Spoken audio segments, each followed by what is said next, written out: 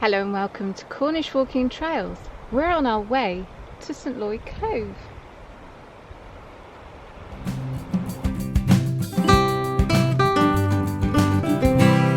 Same thing then. Today we're walking from Lamorna Cove to this cove, St Loy Cove, and going back along the road. We're partway round our walk. We started at the Merry Maidens, made our way to Lamorna Cove, absolutely exquisite, and we've followed the coast path to here, St Loy's.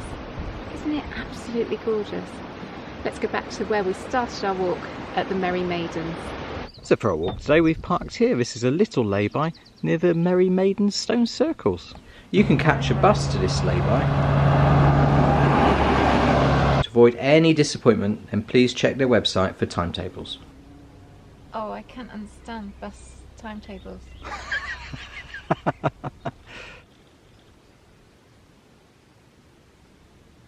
To help us with our walk today, we have a variety of books with us, and we will probably refer to these at least once, if not many times throughout the walk.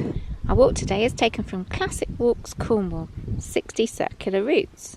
We're following walk number 4. It's 5 miles and they reckon it'll take about 3.5 hours.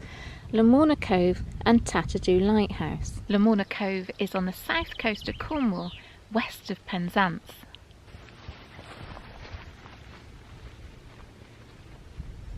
Hello everybody. Hello. We're in a field, Andrew. We are, aren't we? What do we do today, Sarah? We've parked on a road in a lay-by. There's a reason for that, which we'll go into later.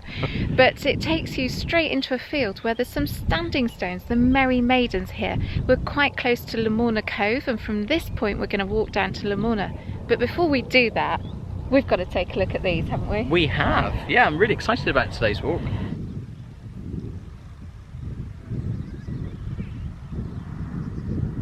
So we're in a field with some standing stones, 19 standing stones to be precise.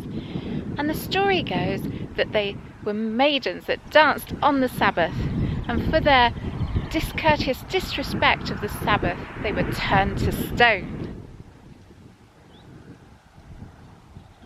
It's one of the best examples of standing stones in West Cornwall. It's beautifully preserved, isn't it? It is, and it's deliberately has a gap. Now we've done a little bit of digging and a bit of reading, and the interesting thing about that gap, it's meant to, or they think in theory, it's meant to be like one of the old-fashioned torques or necklaces that the Bronze Age and Iron Age people used to wear, where they used to go a circle of metal, incomplete circle. So this book is Antiquities of West Cornwall, and here we have a drawing of a torque or piece of jewellery that went around the neck inside the plan of the Merry Maidens. It says the neck and the torque around it binds the body to the head, and in Iron Age times Roman writers recounted how the head was considered to be the place in which the human soul resided. Yet the ends of the circling metallic ornament did not quite meet. It would become a circle of immortality and potentially take the wearer to the other world by strangulation. And this was part of the pagan rituals, the European pagan rituals back then, that sacrificial victims were strangled. So hence you had a gap in the torque for fear of being taken into the other world. That's how it applies to the stone circle. There is a gap to allow the energies of the earth to flow, so that you had productive fields and you had a circle of life that was uninterrupted. They're all different shapes, aren't they? Have you noticed? Yeah. Some are quite wide, some are almost like rounded, aren't they? That one over there I can see. So they've been documented since about the 17th century as being here, and numbers 2 and 3 have fallen over and been put back into place. Oh, they've actually numbered time. them. Okay. Yeah, so you start at number 1. Yeah. This is number 2, and there's 19 in total. So the ones that are of note are number 2 and 3. 3 is thought to be the wrong way round. It's that one, is so it? They think it's been put up perpendicular to where it originally was. And the other interesting one is number 16.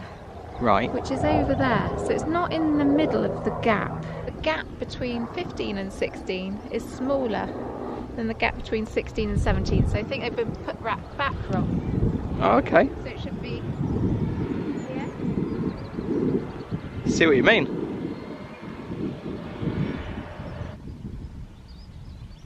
just left the Merry Maidens, and always associated with Merry Maidens are pipers. So we're now looking for two really large stones nearby in a nearby field, and they're meant to be the pipers that, well, they played the pipes for the Merry Maidens to dance to. Sarah, I need to do that thing I always forget to do. What's that? If you're enjoying today's video, then remember, please press the like button, and if you haven't done so already, please subscribe. It's free on YouTube. Hooray! Yay! Yeah, we are a bit rubbish at saying that. Also, I don't know if you're aware, but we actually upload a video most Fridays. It goes live at 8 o'clock in the morning. We probably only miss 4 or 5 Fridays in a year. So if you like what we do, please subscribe and be around every Friday for a new video. Oh yeah! We can just make out one of the standing stones that's meant to be the pipers, but Lord knows how you get in there, is it? I mean, that's brambles up to your shoulders. I don't think we're going to be coming back for a while, so I think we should go and have an investigate whilst we're here. All right. Well, I'm not keen. There's one there, and then there's another one in that field over there. So one is said to be 15 feet tall, and the other 13.5 feet. I don't think we're going to get close to them, unfortunately. Lots of boggy ground, had a lot of rain, so the field entrances are very muddy. Yeah, can't see it anymore. He's still looking. So there is another story about these standing stones. They're meant to be where the chieftains Athelstan and Howl, and it's meant to mark where those chieftains stood in front of their tribes before they fought. So I've just been down and I had a quick chat with the farmer. Have you? Yeah, farm, Bewley Farm. Oh, yeah. And it's on his land. Yeah. And he said, yeah, no problem at all. He said he's quite happy for us to go in and have a little look. Ah. Yeah, so where we were a minute ago, that gate, that's the way in. Oh, brilliant. He said he doesn't mind if we climb over or if we try and undo the gate, whatever. Oh, fantastic. Yeah. Let's go and do that then. It's way steep. Look at that. It is quite tall. Oh, I can see the other one. Let's go down here. Oh, wow. Yes. There's one and there's the other. It's like a big hand, isn't it?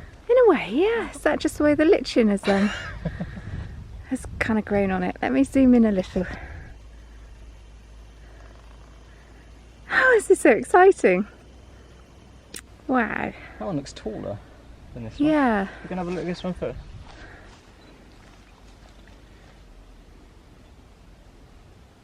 That is huge.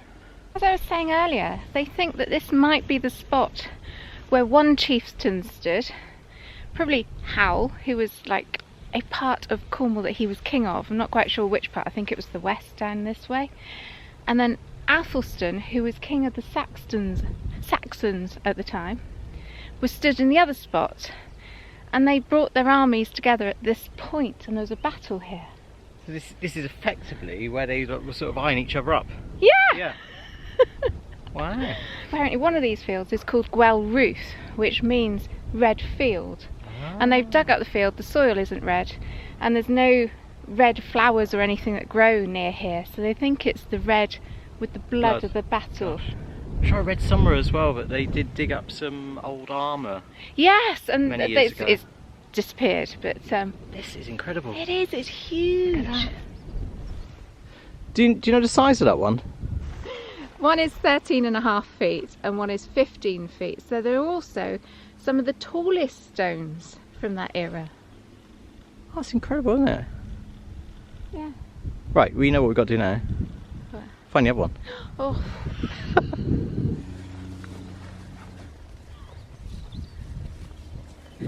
I can't get it all in frame. There we go.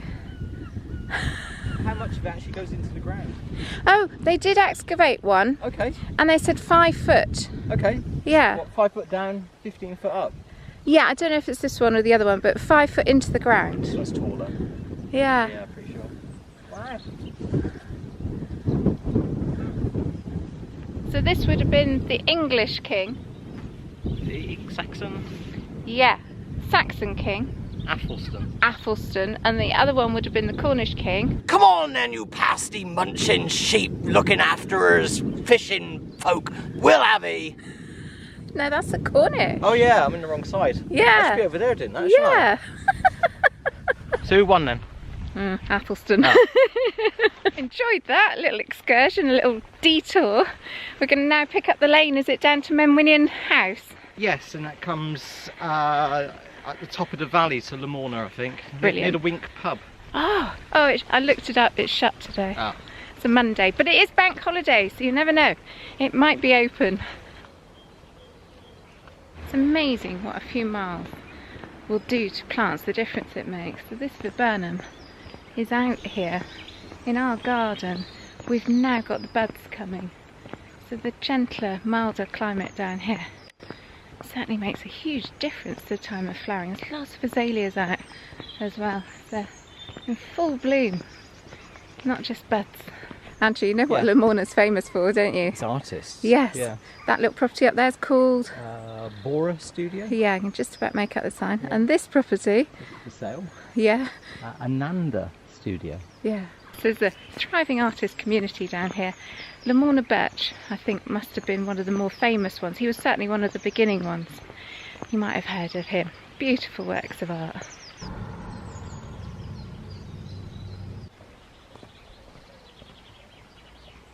More studios. Yes. So this one's quite a notable character, wasn't she? It's Marlowe Moss, I believe, isn't it? And she's the abstract sculptor or painter. She did the lines and the funny shapes and stuff. That if you get it, you get it, and if you don't, you don't. But the interesting thing about her is that she dressed and acted like a man and wanted to be without gender. And it was really weird to the people that were down here because they'd never encountered that sort of thing before. So she's way ahead of her time.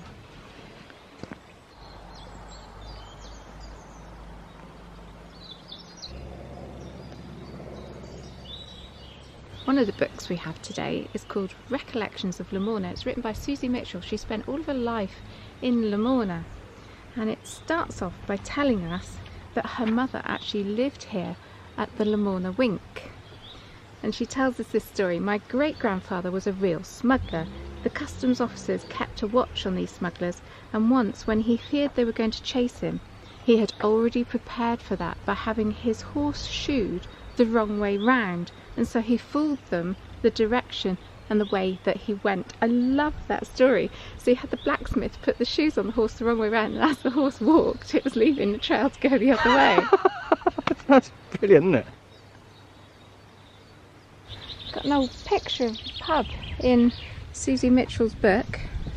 That's the pub about 100 years ago, and we reckon it's right here.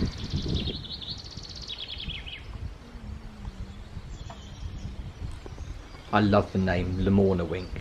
It has two possible reasons for being called the Wink. In 1830, the Beer Act allowed households to sell beer if they bought a licence, known as kiddlywinks. In more remote areas, they sold smuggled liquor, and if you tipped a wink at the landlord, you'd get the really good stuff. It's the most beautiful road to walk down. You've got the canopy of trees, just the leaves are just opening. You've got the tumble of quite a bubbling stream. It's full at the moment with all the rain we've had. It just makes it such a pleasure to walk down to the cove. I'm enjoying the hedgerow. So many different colours. Pink, blue, white. Looks abundant with flowers at this time of year.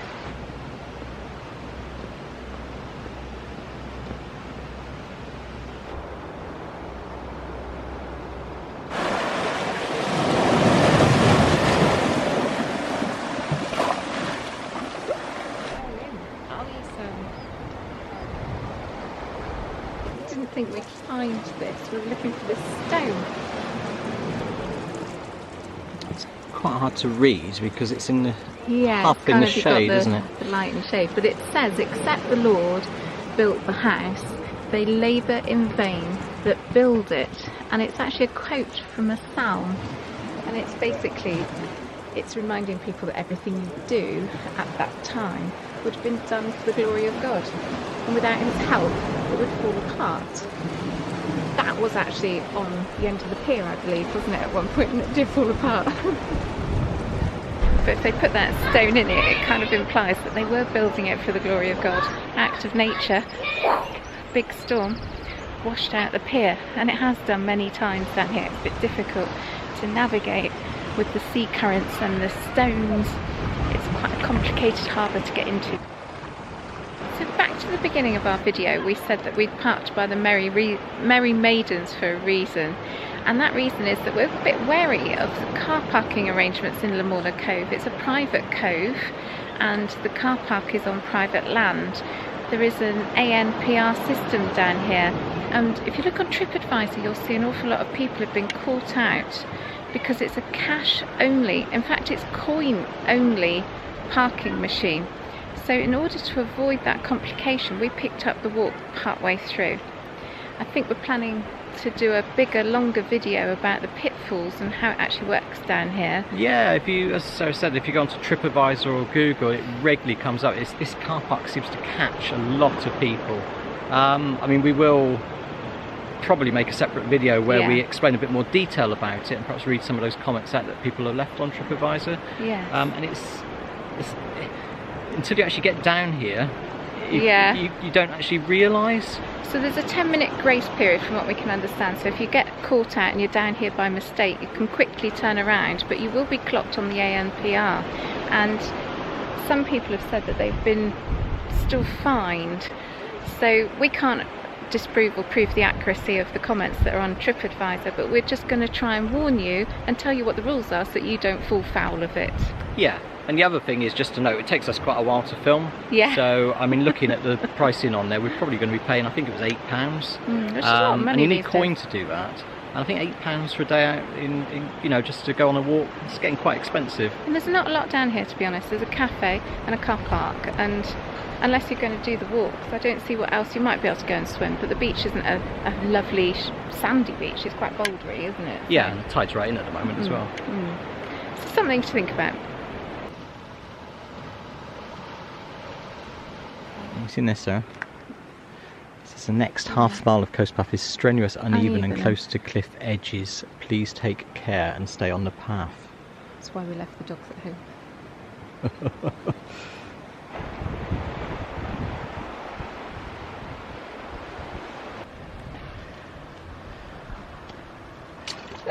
Oh, I thought that was a stone! No! Yeah, they weren't joking. So it looks like some of these boulders have just been quarried and left, abandoned, slipped down the cliff. Where did you go? Left to fall. I went towards the sea. Don't know what's underneath you there, mind. Probably not a lot underneath you at that point. They weren't joking, were they? No, you reckon it's like it's all right? I hope not. This might be a long walk. I think so.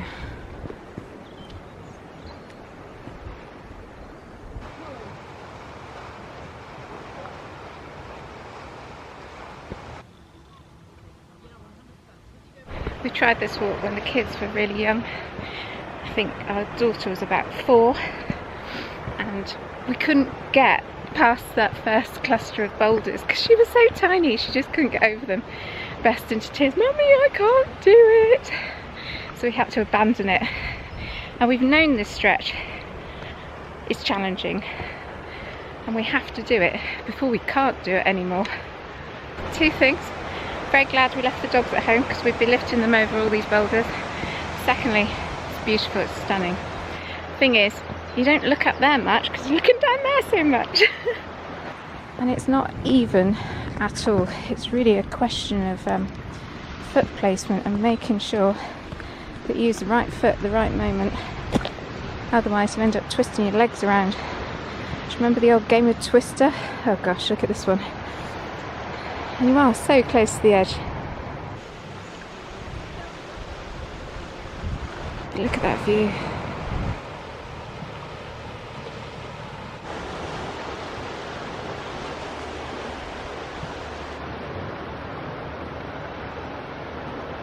You having fun? No. Oh. Is this a really good time to tell you to watch out for the snakes? Oh yeah, it's adder season, isn't it? Yeah. Another good reason for leaving the dog there. Yeah. Oh, I couldn't run away from them at the moment though.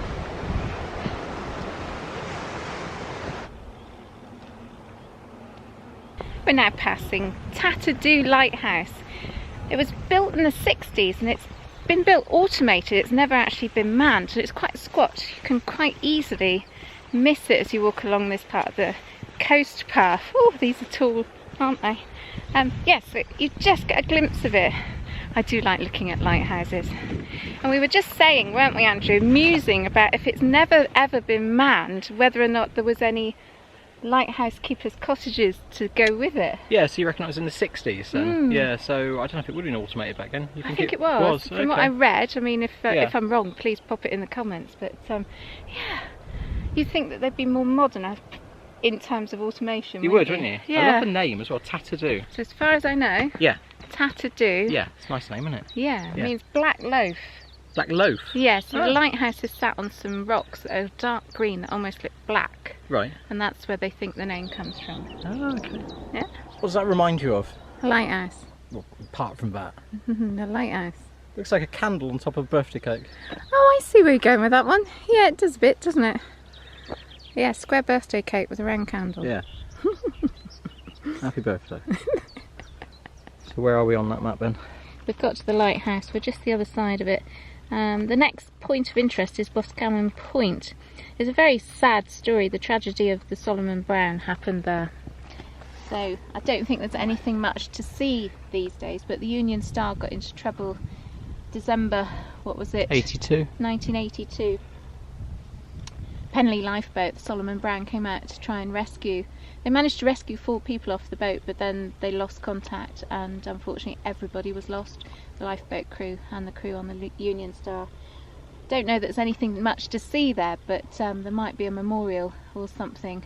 I think something went in for the 40th anniversary. We'll keep an eye out.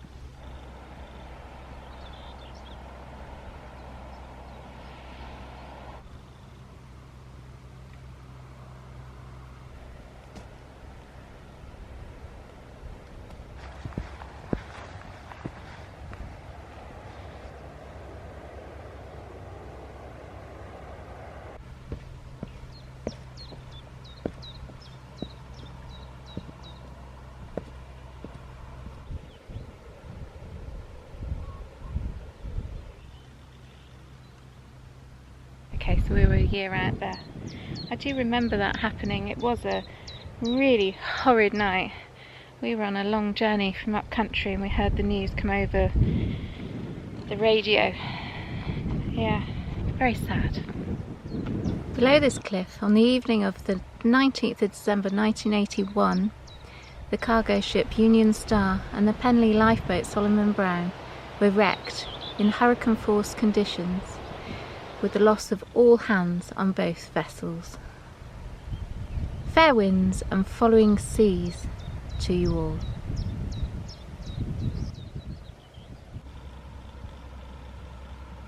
I like what they've done with that memorial.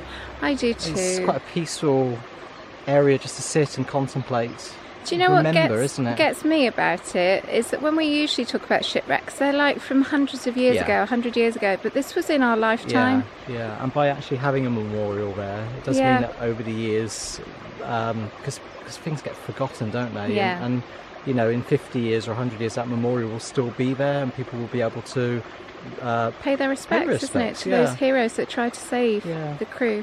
Yeah, it's good. Really sad.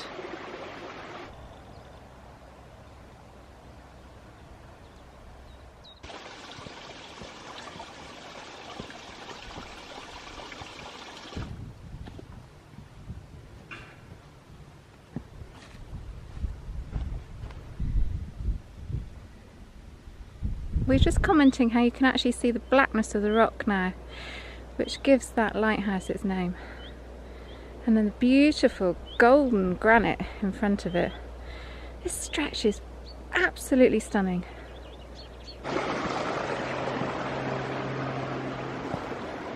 Oh gosh. Mud. Oh God. Yeah. Right, how do we do this then? Logs are going to be slippery, aren't they? Good luck, it's been nice knowing you. Yeah, it's very boggy. And wobbly. Ooh, that's okay. Where am I going now? I don't know, this is compelling viewing.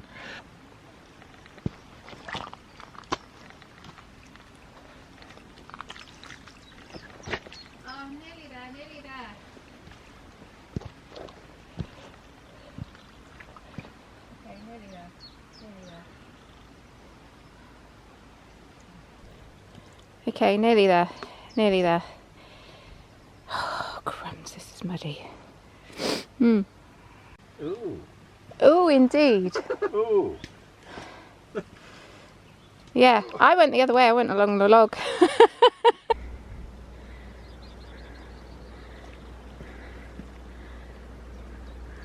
Oh wow, you must come up here.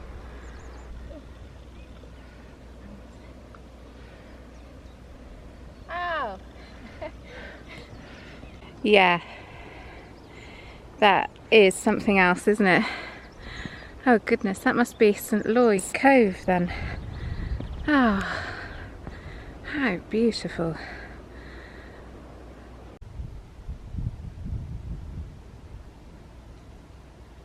I would argue that the strenuous nature of this path doesn't last just for half a mile. There are sections where you're just walking over granite boulders with chunky gaps between each footstep because there's no actual steps. Oh, it's hard work. It's easier coming up than going down. I agree, I'd rather be coming up steep sections like that. I'd fancy going down that if it's wet. Oh, no, hadn't thought of that. Beautiful view though. Oh. Yeah, the path is now just the stream.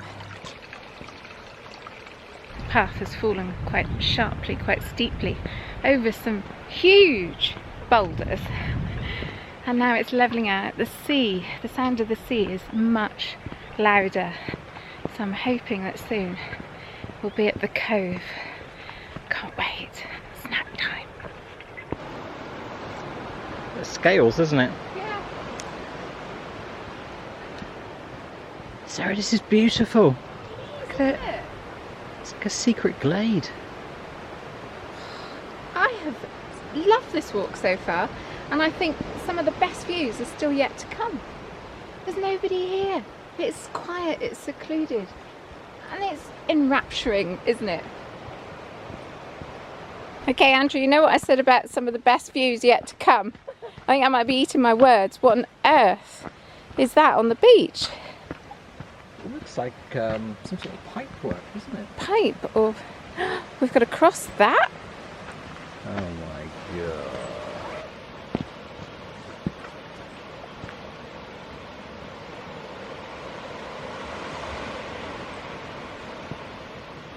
So you can actually make out the path. You can kind of see It's where literally people have walked straight to that post. ahead of us down there. Oh, that's not so bad. I thought we were going to have to go all the way up to the headland.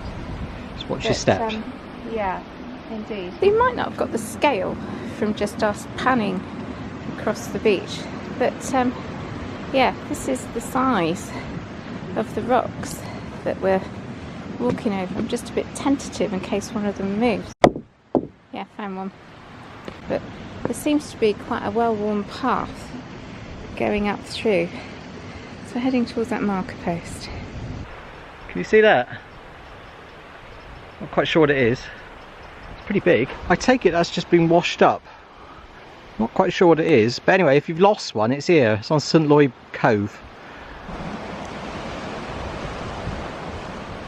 So this cove is called St Loy Cove, and we were quite intrigued by that name, and when we looked into it a little bit more, we found out it's actually somebody called Saint Loy, E-L-O-Y, who's also known as Saint Eligius, and he is the patron saint of all things to do with horses, so farriers and blacksmiths, and he's often portrayed with a blacksmith's anvil in his hand. He was French, he came from Aquitaine, and there was a hermitage here, and in one of our books we've got more details about what happened to that hermitage. It's called A Week at the Land's End by J.T. Blight. He keeps an account of his walking around the Land's End. This book was written in 1876, and he says that there was indeed on the verge of a cliff in this cove a dedicated chapel to Saint Loy, of whom Chaucer speaks in the Canterbury Tales. A few years since, the remains of this little building with its stone altar was still to be seen. They've since been toppled into the sea. And it goes on to say, it should be stated that the ruins of St Loy's chapel were swept away without the permission from the proprietor of the land. He laments the destruction of the little chapel in order to gain a few feet of ground to grow crops. And he says it's such a shame that something so beautiful should be destroyed for so little gain.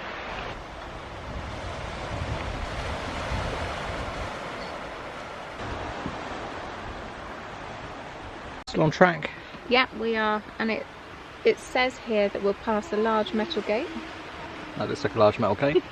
At the end of the wall, turn right and follow the direction of a yellow, arid waymark post. This climbs through a wooded valley with a stream, passing a stone stile and some stretched, and then it goes on. So we'll just walk up through the woods to the road. Is this still our favourite walk book in Cornwall? Yeah.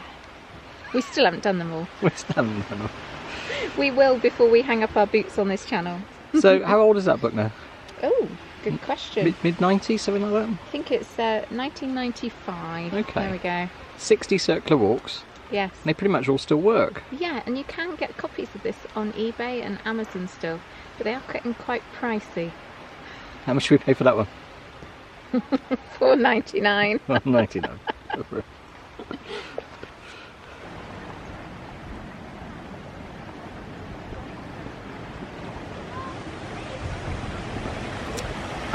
Oh, that's so pretty. Oh, I think we even go over that old clapper bridge. Yes, we do. Looks like it's one huge chunk of granite. Oh.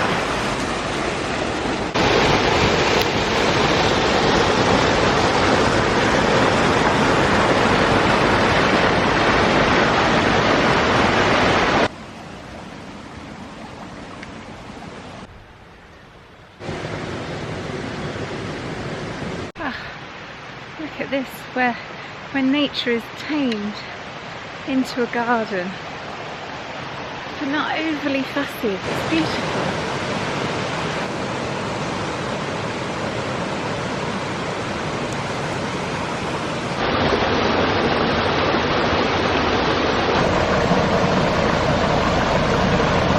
And again, we find ourselves climbing quite steeply.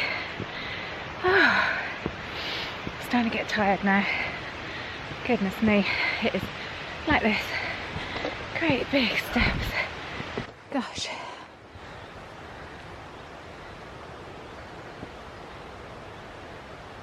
Looking at the book. Yeah, walk number 4, 5 miles, 3.5 hours.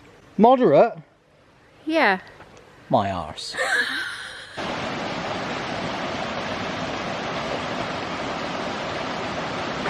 Amazing. It's like a glade of bamboo. It's like Heligan for free. It's a beautiful stream. It's like a jungle. Oh, this should make the trip back to the car so easy, so entertaining.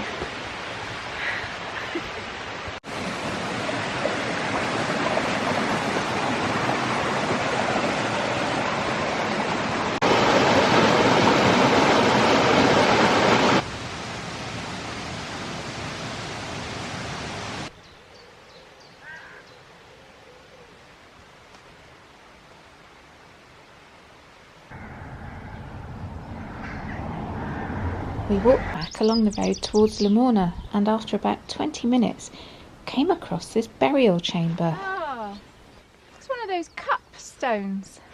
Oh yes. Yeah, you're right. Oh, but nobody knows what they're for.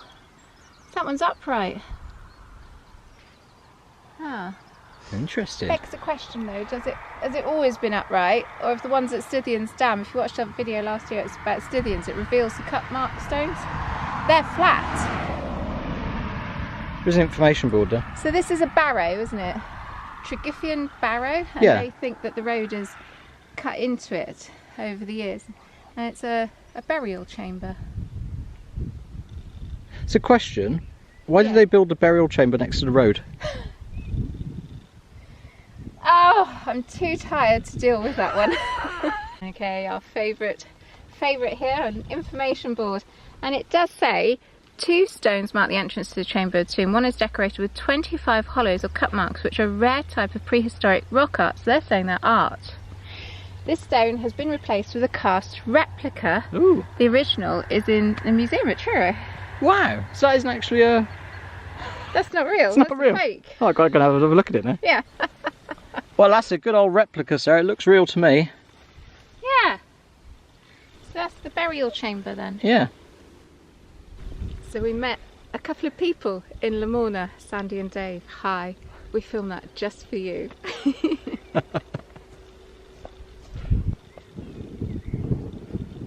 So we were really delighted and privileged to meet some of our patrons on Patreon last week, and we did ask them the question, do you actually watch the sum up? Because the graph on our stats kind of goes like that at the sum up. Everybody seems to click off. Click off, yeah. And they went, oh, yeah, we do. We like to guess what you're going to give the walk. Right. So here we are. What are you scoring today's walk? I'm giving it an 8 out of 10. I'm giving it a 9. There we go. Okay. So I'm marking it down slightly because I think it's more than a moderate walk. Moderate? Yeah. My arse. Oh, okay. Yeah, I'm also marking it down a little bit, I think, because of the parking situation in Lamorna Cove. It would have put me off. Yeah, but technically that's not the walk instructions fault, is it? That's the landowner maybe profiteering out of the unwitting visitor. Oh, okay. Well, it's So- a 9 then. Oh, we agree. That's a 9. 9 out of 10, everybody. There you go. Who won? Yeah. And don't forget to hit that subscribe button, or perhaps you would consider becoming a patron to the channel, or you could make a one-off donation through our website. Thanks for watching.